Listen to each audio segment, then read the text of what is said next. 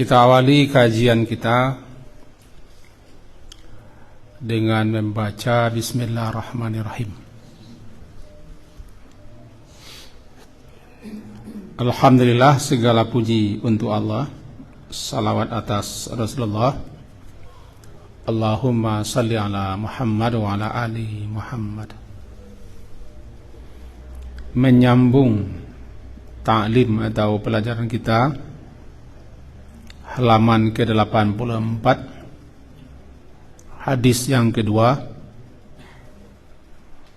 bab mengenai fadlus safil awal, keutamaan saf yang pertama, dan perintah al-amar bi itmamis sufuf, perintah untuk menyempurnakan saf-saf salat.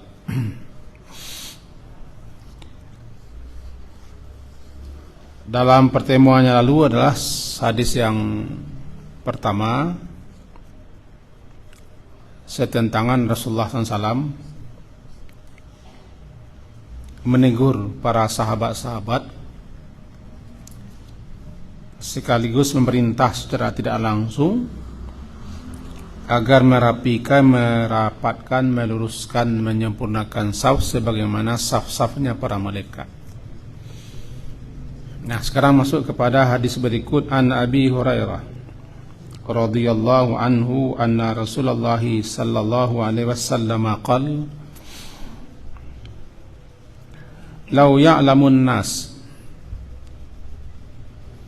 jikalau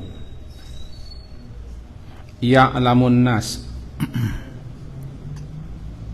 mengetahui annas manusia atau orang-orang, ma fin nida, apa yang terdapat di dalam an-nida. An-nida adalah seruan azan. Was-safil awal, dan saf yang pertama. Thumma, kemudian lam yajidu, kemudian lam tidak bisa mereka mendapatkan seruan dan saf pertama itu, melainkan dengan cara ayastahimu, melainkan dengan cara berundi. Lastahamu, pasti sungguh mau mereka berundi atau mengikuti undian untuk mendapatkan an-nida dan saf yang pertama. Mari kita pahami. Hadis ini isinya diawali dengan lau.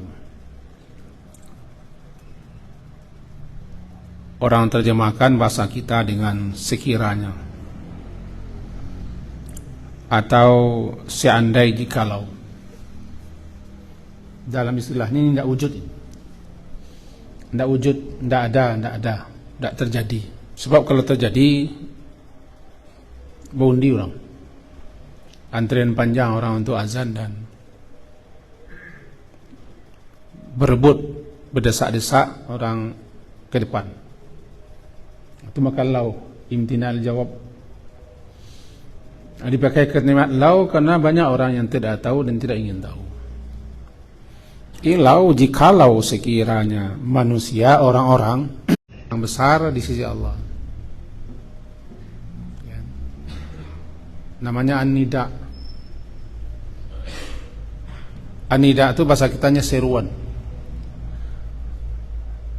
yang disampaikan dengan suara keras dan lantang. Itu makanya azan itu disebut dengan nida, karena azan harus suara keras, lantang. Karena fungsinya untuk memberitahu sekaligus memanggil. Fungsi azan itu yang pertama untuk memberitahu, mengumumkan. Yang kedua untuk menyeru dengan dua kalimat hayya 'alatain. Hayya 'alas salah, hayya 'alal falah, itu namanya hayya 'alatain. Dua seruan, dua panggilan, dua ajakan. Sehingga ketika datang hayya itu jawabannya la haula wala quwata. Tidak ada yang bisa untuk menyambut seruan itu melainkan orang yang mempunyai kemampuan yang telah Allah anugerahkan kepadanya. Sebab ada orang yang tidak punya daya, tidak punya kemampuan, kesanggupan, kemauan, kekuatan untuk datang menyahut azan. Tapi kalau untuk menyahut yang lain bisa. Bisa dia jauh-jauh datang.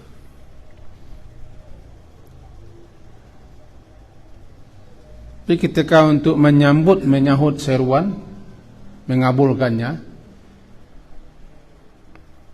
tidak berdayanya lah. Makanya kita disyariatkan baca la haula, tidak ada daya.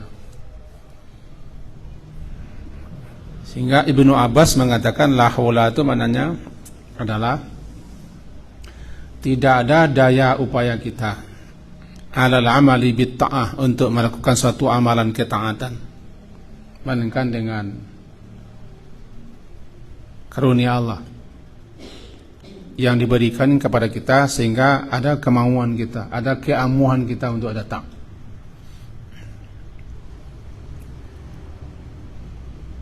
Kalau bahasa nenek moyang wa, anggap di pengkaturiannya mereka corong.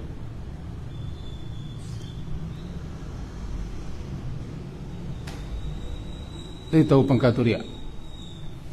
Ada terengarnya. Ini bersyukur kita termasuk orang yang dipilih oleh Allah untuk diberikan keamuhan atau kemauan, kesanggupan dan seterusnya. Kembali lagi, namanya an-nida. Yang satu namanya azan. Azan itu jika diterjemahkan ke dalam bahasa kita pengumuman atau pemberitahuan. Diterjemahkan azan itu menjadi bahasa awak, artinya pengumuman, pemberitahuan. Dengan itu diberitahukan, diumumkan waktu sudah masuk, sehingga tidak boleh dikumandangkan azan itu sebelum waktu masuk. Sebab kalau sudah dikumandang azan, pertanda waktu sudah masuk. Untuk itu jangan coba-coba mengasih pengumuman sebelum diojo. Berarti baru tahu. Celek-celek begitu tu.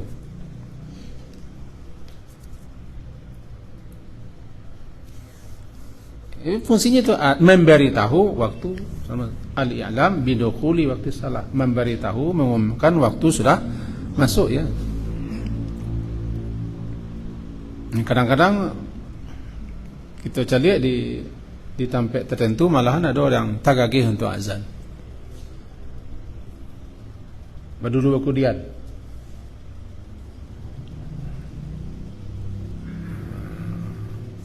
Malahan sengaja mendului waktu. Alasannya supaya nanti kita salat pas waktu. Kau pernah kita menengah dulu alasan beliau capek azan di tetangga dulu. Bang capek azan. Jawapan beliau ke orang, supaya salat tu pas di awal waktu. Azan, beko kamat, wak salat pas waktu masuk. Saja hanya memahami fi awali waktiha, di awal waktu tu memang pas waktu masuk azan salat. Itu logika. Makanya tak semua harus dilogikakan, harus sesuai dengan petunjuknya, penjelasan. Azan, pengumuman pemberitahuan. Yang kedua, nida, seruan. Kita baca sejarah dalam hadis-hadis riwayat pun ketemu itu. Orang pertama yang dipilih Nabi untuk azan Bilal. Anda sautan. Nabi perintahkan kepada Abdullah, sampaikan kepada Bilal dan ajarkan kalimat ini kepada Bilal. Karena suaranya lebih keras, lebih nyaring, lebih indah. Sunda. Agar dia mengumandangkan kalimah-kalimah ini pagi ini. Itu azan pertama subuh. Setelah setahun lebih di Madinah, para sahabat-sahabat kan dulu kumpul-kumpul mendiskusikan bagaimana cara memberitahu kepada orang-orang waktu sudah masuk. Nabi ikut kumpul-kumpul di malam itu. Ada yang mengumpulkan model orang Yahudi lah, pakai buk, pakai trompet. Model orang Majusi lah, didikkan unggun api. Kalau labar rasul beko, itu satu syarat. Atau model orang lain tagakan rayah bendera. Atau model orang Nasrani lah, tagak apa bunyian lonceng. Kan disepakati malam itu pakai lonceng. Model Nasrani lah. Nabi berat menerimanya. Tapi itu beliau menghargai usulan-usulan. Tidur malam. Nah, malam itu datang mimpi. Dan panjang ceritanya. Itu mimpi yang benar kata Nabi, membatalkan lonceng. Akhirnya Nabi perintahkan membacakan, mengajarkan kalimat itu kepada Bilal agar Bilal menyerukannya di subuh. Kalau tidak salah begitu beberapa riwayat. Kenapa azan Bilal yang dipilih? Suaranya lantang. Azan Bilal azan di luar, tidak dalam. Di luar masjid Nabi, di sebuah rumah yang agak tinggi di Madinah. Kebetulan rumah itu milik seorang janda. Naik ke atas azan. Karena fungsi azan menyeru, memberitahu, menyeru sekaligus woi kenyaklah, hayya sini. Di luar ikamat baru nanti dalam. Dalam. Jangan coba lah beko sejak mengaji malam kini kau lah keluar orang seorang azan. Aku sunnah gitu.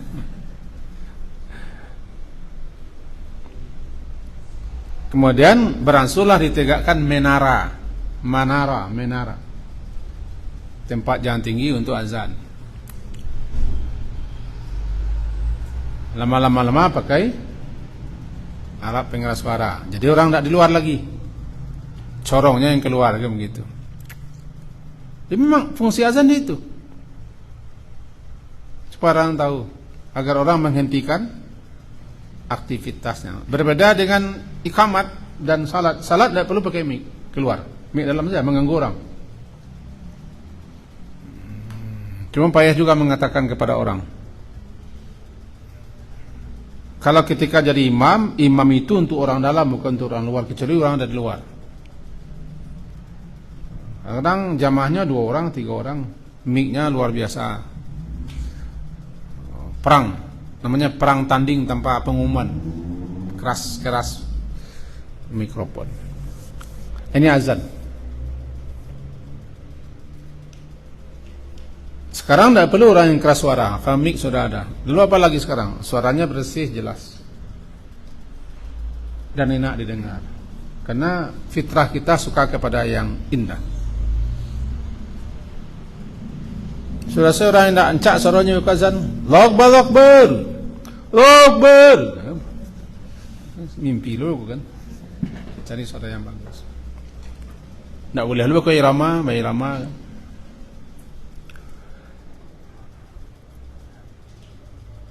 Jadi apa maksud daripada ma fin nida? Kan lau ya'lamun nasu ma. Karena ada ma, apa yang terdapat pada seruan azan dan yang terdapat pada saf yang pertama. Ma dipahami oleh para ulama-ulama, kata-kata ma ini maksudnya adalah fadilah, keutamaan, ganjaran, balasan, pahala, derajat yang tinggi, dan keistimewaan daripada solat azan. Bahkan ada beberapa ulama berpendapat dalam kitab-kitab mereka, muazin itu lebih utama daripada imam. Ya, sebagian ulama berpendapat muazin lebih utama daripada imam, karena dialah yang menyeru, dia yang memanggil, dia yang mengajak. Imam cuma mengumpuan, imam orang itu kumpul. Tapi ini pendapat ini, karena pendapat itu tidak semua ulama sepakat. Yang lain mengatakan imam yang lebih utama, karena imam itu penanggung jawab. Kita damaikan saja beliau ini. Kami pakai kedua-duanya gitu. Ma fin nida. Dan yang kedua, apa yang terdapat daripada keutamaan, keistimewaan, pahala, ganjaran segala macam dalam saf pertama. Saf pertama. Lalu summa lam yajidu, kemudian mereka tidak mendapatkan. Yajidu, wajada yajidu, yajidu mereka tidak memperoleh, tidak mendapatkannya untuk bisa azan dan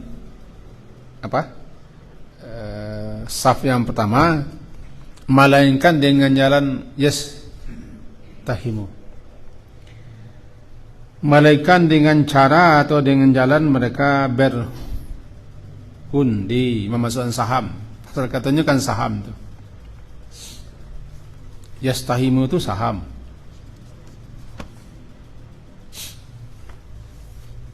Anan saham, yo masing-masing orang masukkan saham ke undi. Ini nambah undi itu orang masuk saham. Istilahnya, lalu mereka berundi, melakukan istiham.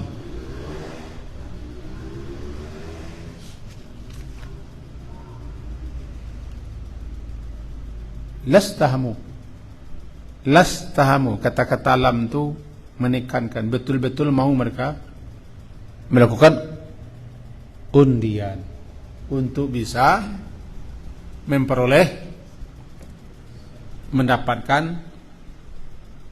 kesempatan untuk azan dan ke depan. Masalahnya kok masalahnya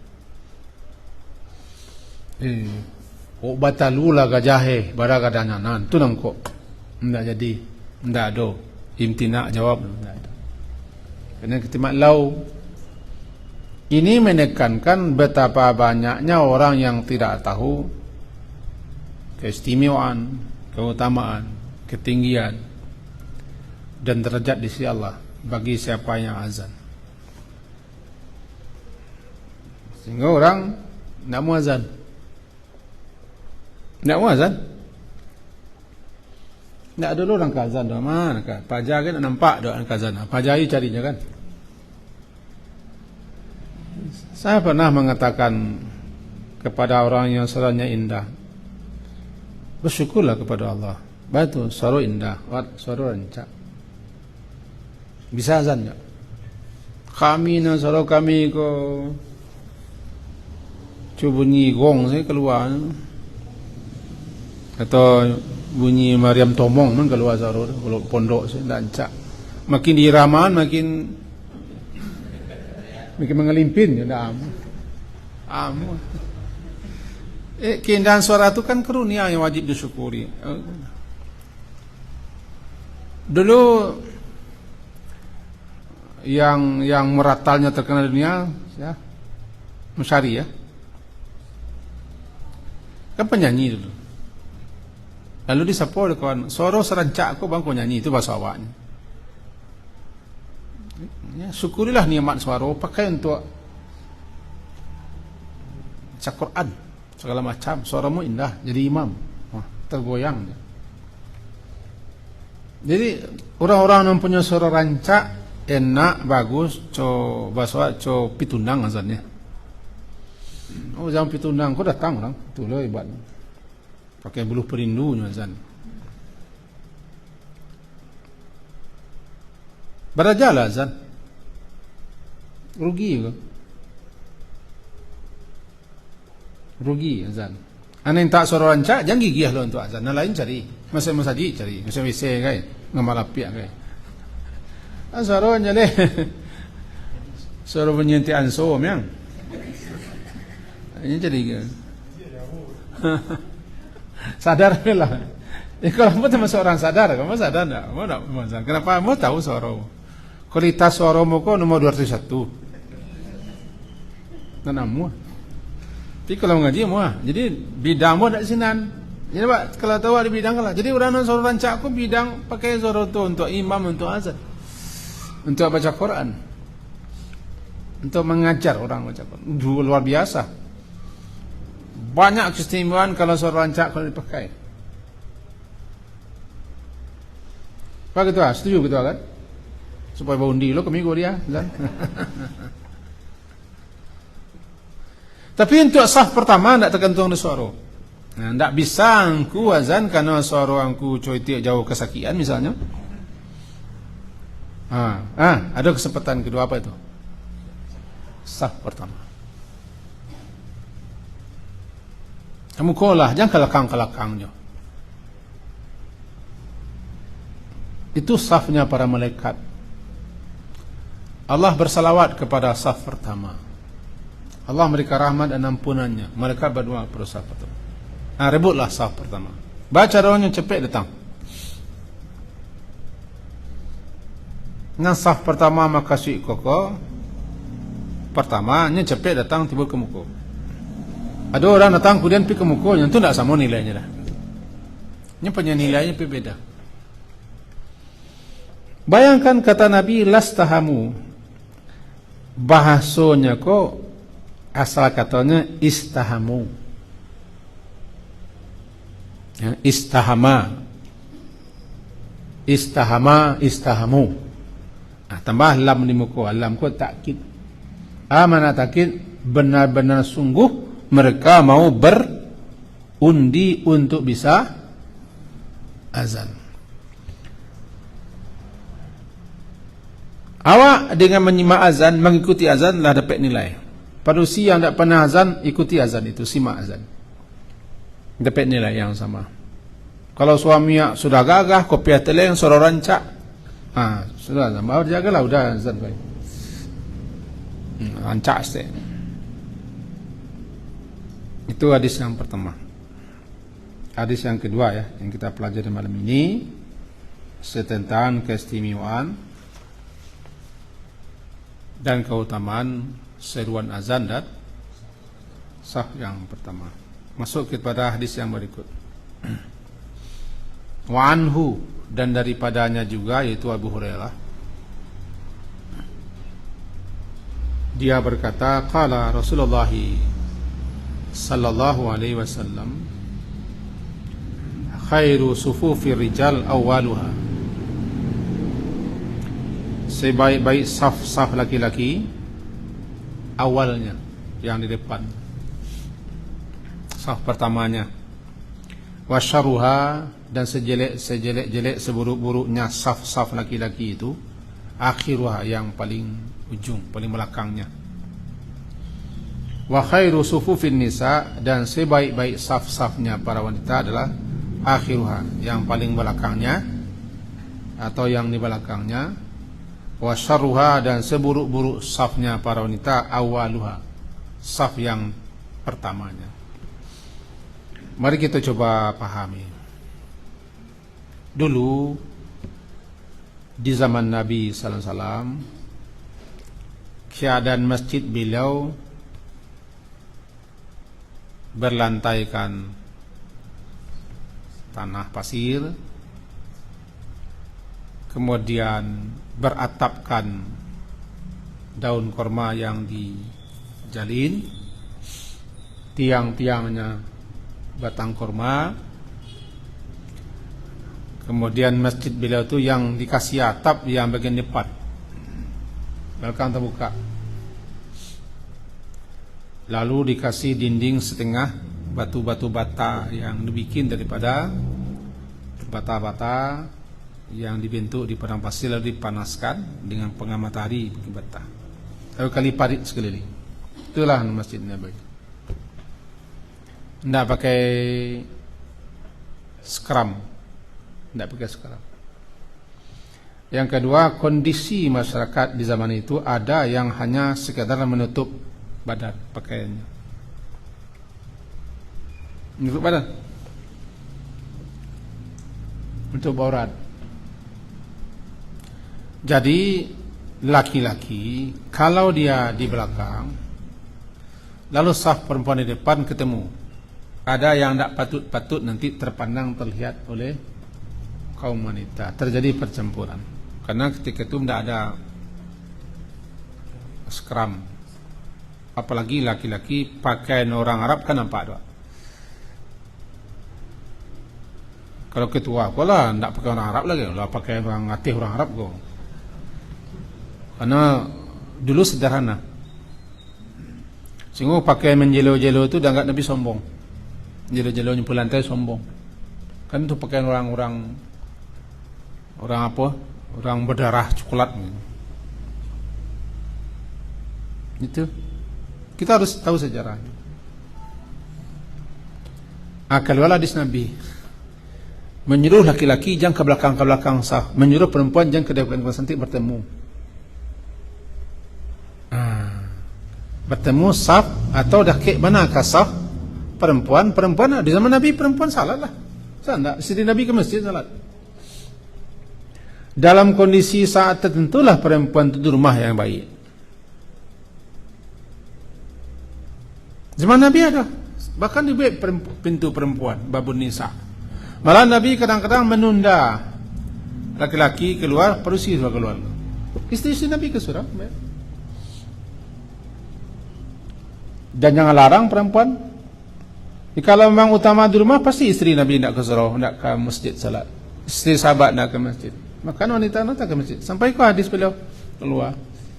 Jadi ada saatnya, ada kondisinya, ada masanya, ada keadaannya yang perempuan itu di rumah lebih bagus daripada datang ke masjid. Nah, sekarang apa posisinya? Kalaulah perempuan itu di masjid, di musala, lah pakai sampai tertutup. Seperti di Masjid Nabawi. Itu tertutup.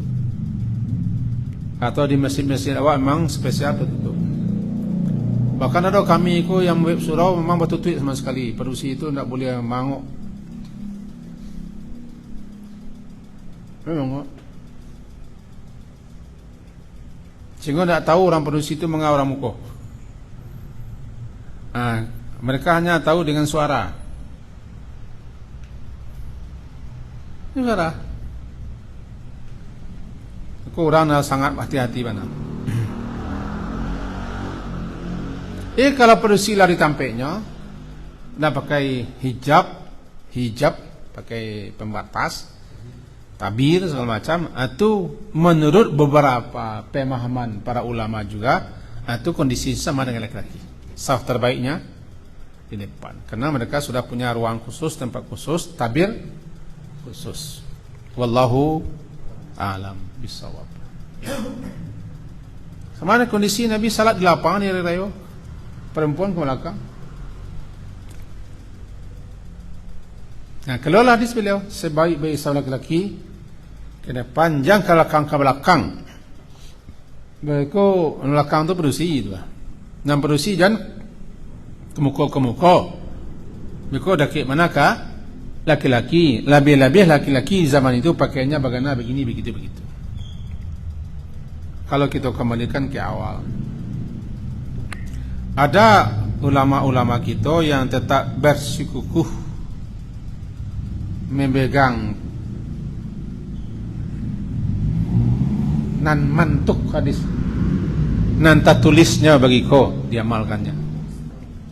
Ada ulama-ulama kita yang tidak mantuknya dicarinya, mafhumnya. Di balik iko semua. Kalau bahasa kronologisnya dulu. Kenapa Nabi bersabda demikian sebabun urut. Bagi ada di masa itu. Nabi bicara dalam kepada siapa, kondisi apa. Lalu mereka mengambil mafhumnya seperti itu. Aduh, kalau perempuan sudah berada di tempat khusus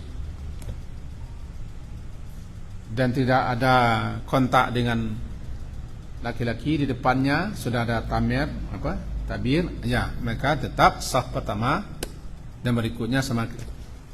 Kembali kita jadikan wallahu a'lam. Selagi itu ruangnya perbedaan pendapat para ulama, kita menghormati ulama-ulama besar, tinggal kita memakai nama-nama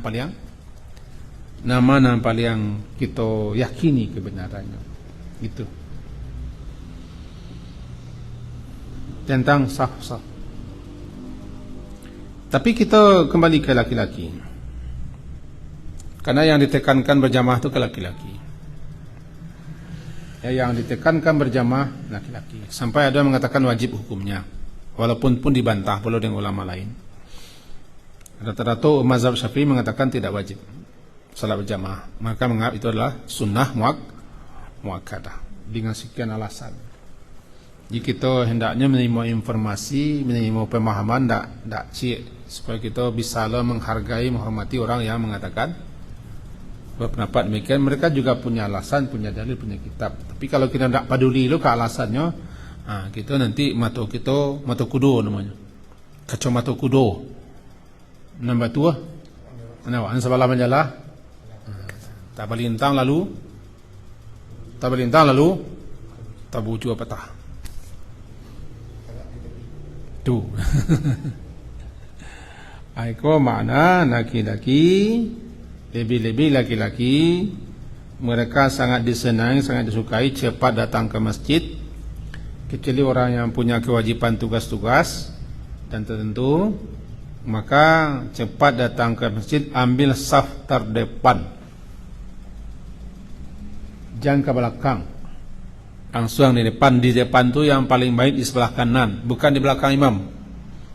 Karena posisi belakang imam sudah ada jelas orangnya. Pertama yang di belakang imam itu namanya ulul ahlam, orang-orang yang lah balih, lah berakal dan sempurna keutamaannya, itu namanya ulul ahlam. Wan nuha, orang cerdik pandai, dan orang-orang yang semisal mereka. Jadi posisi di belakang imam itu jangan biak. Itulah punya lado tu plat otonya B1, B2, B3 tu. Dia kecah. Mereka mengerendeng lo kita tagak sini mereka. Kecil imam, lebih-lebih yang ku imam ku agak muda seketik. Tu agak buruk pencelain kita ke orang tu mereka. Pak, suka setiap pak ko beliau suka pak. Ada lo yang jajan. Kebetulan mereka masuk. Ziar apa macam. Kok mantun meko kan?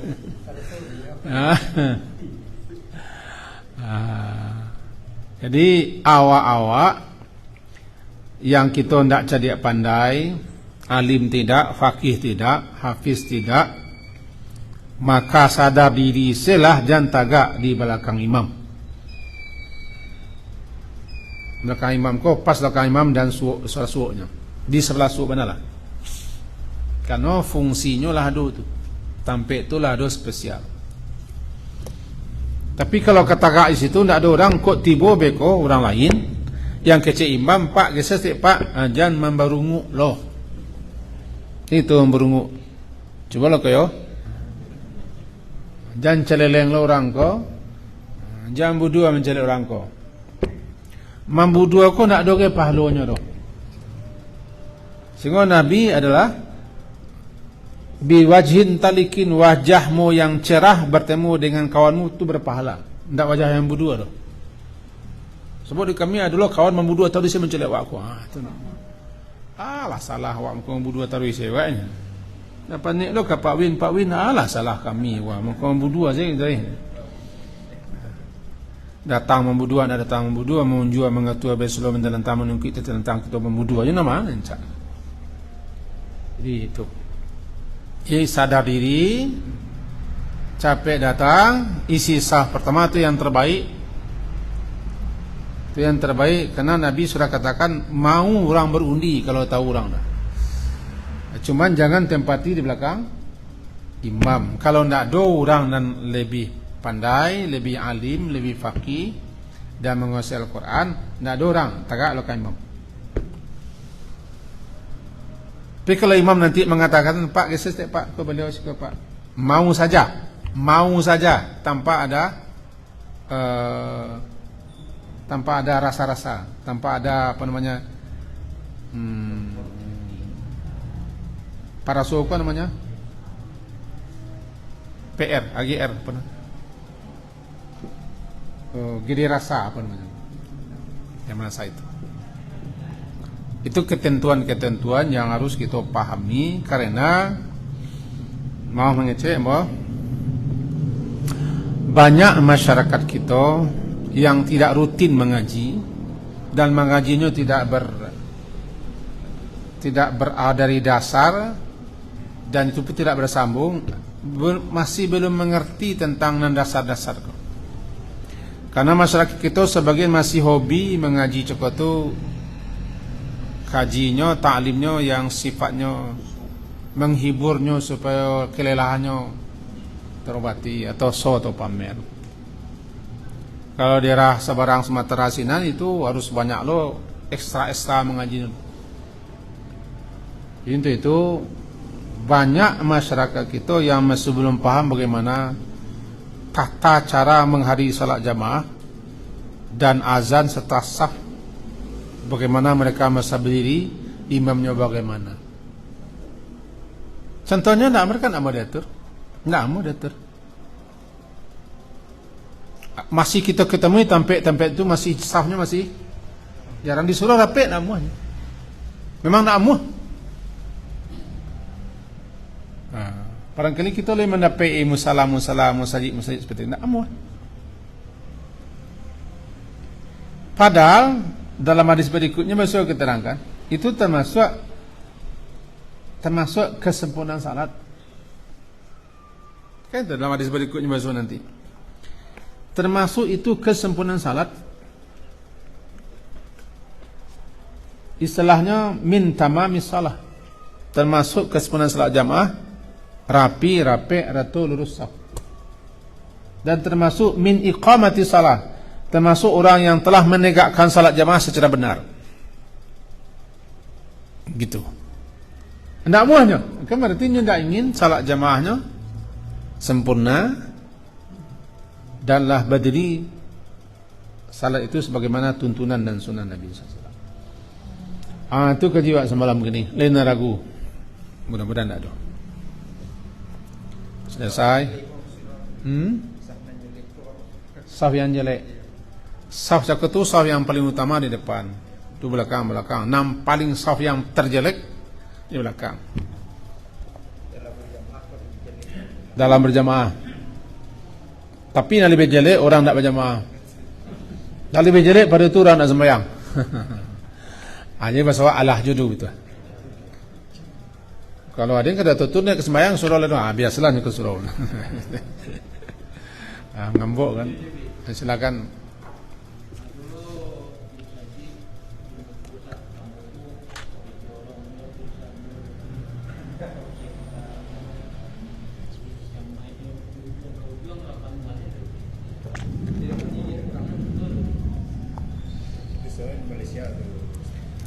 Boleh seseorang datang ke masjid, kemudian dia meletakkan tando di situ atau tikar atau sejadah, bahasanya di situ. Dan dia lebih berhaknya nempelin dulu. Tetapi kalau lah tiba waktunya orang kasalah alun-alun singkirkan. Itu boleh. Namanya mencatat sampai siapa yang paling dulu datang dia yang paling berhak. Kalau nya keluar kok kamar-kamarnya tetap punya itu. Tidak boleh gantian. Baru nanti kalau ndak ada nya tiba otolah ke barangke. Disi. Kalau nya berang, wajib tu kita berang kenya. Bang ke wajib berang, oranglah ke barangke nanti di banima. Boleh. Yang tidak boleh tempati yang belakang imam. Jadi kalau datang kita ke masjid, letakkan sajadah situ. Tentu kita keluar kok kamar-kamar, mereka datang balik, kita lebih berhak kembali ke tampik nalah kita catat. Bukan mencatat tampik, tapi ambolah dulu tiba kita syaratnya. Ambo dulu di Masjidil Haram tahun berapa lupa. Ketika tu ada jamaah nala melataan sejuta. Kan ada orang yang mada nyunyuk. Jadi ada sebelah lain mengatakan fi ahad di sekolah ada orang ahad. Tak muahnya tagak orang ke. Ngerengkangnya ndak mau sekolah ada orang. Ambo dia gi amanah untuk menjaganya. Ini kaya aja. Itu bahasa. Akhirnya menyarah serang. Sebab orang kalau lama tak tampiknya, dalam hadisnya berhak di situ. Kalau nanti keluar, misalnya, acoknya Pak Imam, ketua kenai, ingatlah, ingatlah situ dua, tampik situ, lalu beliau keluar ke WC atau ke mahkamah, beliau lebih berhak ke tampik semula daripada dunia. Itu aturan di majlis. Salah satu aturan di majlis, Pak Pen di situ kan, lalu keluar cah, balataan kepala usinan, apa namanya? Kepala, kopiah situ. Tando, lalu duduk orang sinan, Pak Pen berhak menyuruh keluar. Sikut bos, sikut berhak. Tidak boleh orang kemalawan, itu aturan majlis. Coba keluar cacah sebentarnya ada urusan, balik ke tempat awal. Lalu datang orang digesernya, orang itu berhak digeser dengan cara bijaksana. Tapi kalau dipanggak lo mariahnya kawak mundur selawak. Tanda kalawak di pengadilan dulu. Nah, mulai singgung has ketik. Subhanakallah, silakan.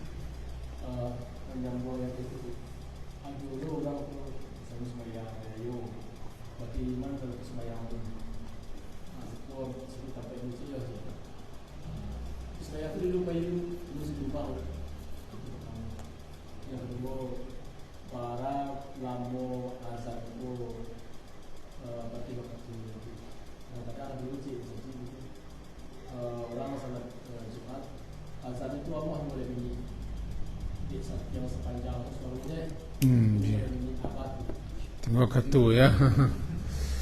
Sabananya kini ko nang kedua mau jawab ya. Jarak antara azan dan ikamat. Kini kalau dibuat lalu angko 10 menit. Mulai menit. Kalau subuh 20 menit. Pada asalnya tidak ada hitung-hitungan tu. Yang ada cuma melihat kondisi. Dulu tandanya di zaman Nabi, kalau Nabi lah keluar dari kamar, lalu muazin ikamat itu isyarat keluar dari kamar lah. Kalau lamuna Nabi keluar dari kamar, muazin tegak di pintu kamar Nabi. Ya Rasulullah, gitu bahasa salat balai keluar beliau. Dan kadang-kadang Nabi menunda, walaupun lah ikamat beliau tunda. Kalau beliau nampak orang lain di jalan atau ditunda sebentarnya. Tapi kalau lama makan waktu benar enggak. Awal mulanya tergantung kebijaksanaan imam. Tanpa mengasih tahu berapa jeda. Minimal jeda itu adalah bisa orang salat antara azan dan ikamat. Minimal salat 2 rakaat. Kalau di zuhur 4 rakaat. Nah, kemudian ada lo nanti bagi Pak Jas tadi, ada orang yang suara azan itu bisa memakan waktu sekian lama. Memang panjang ngoknya kepengan. Panjang ngoknya. Sehingga memakan waktu sekian lama. Nah, ukurannya itu, ukurannya kapan dia mulai azan akamat. Kok bara maleo-leonyo azan itu tidak ditong. Nah, balik-balik ke kondisi imam. Jadi bolehkah kita sekarang lah pakai waktu sekian 10 menit? Boleh saja, asalkan kita jangan mengakiti itu adalah ajaran Nabi, sunnah Nabi. Itu untuk bagi tahu orang ku kadang-kadang nak kasih patokan waktunya melele je.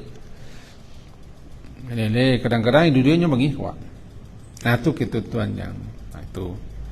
Dan yang pertama tadi tentang menduluan lapiak sejadah ke di bulan Ramadan lah mulai tu. Bulan Ramadan lah mulai. Lah mulanya masang lapiak sudah maghrib tersudah. Balik ke yang tadi. Siapa yang telah dulu meletakkan sesuatu tanda situ yang paling berhak. Dengan catatan kalau sudah kasalat nanti belum datang dia dilipat catatannya. Boleh, tidak masalah. Setahu mau boleh.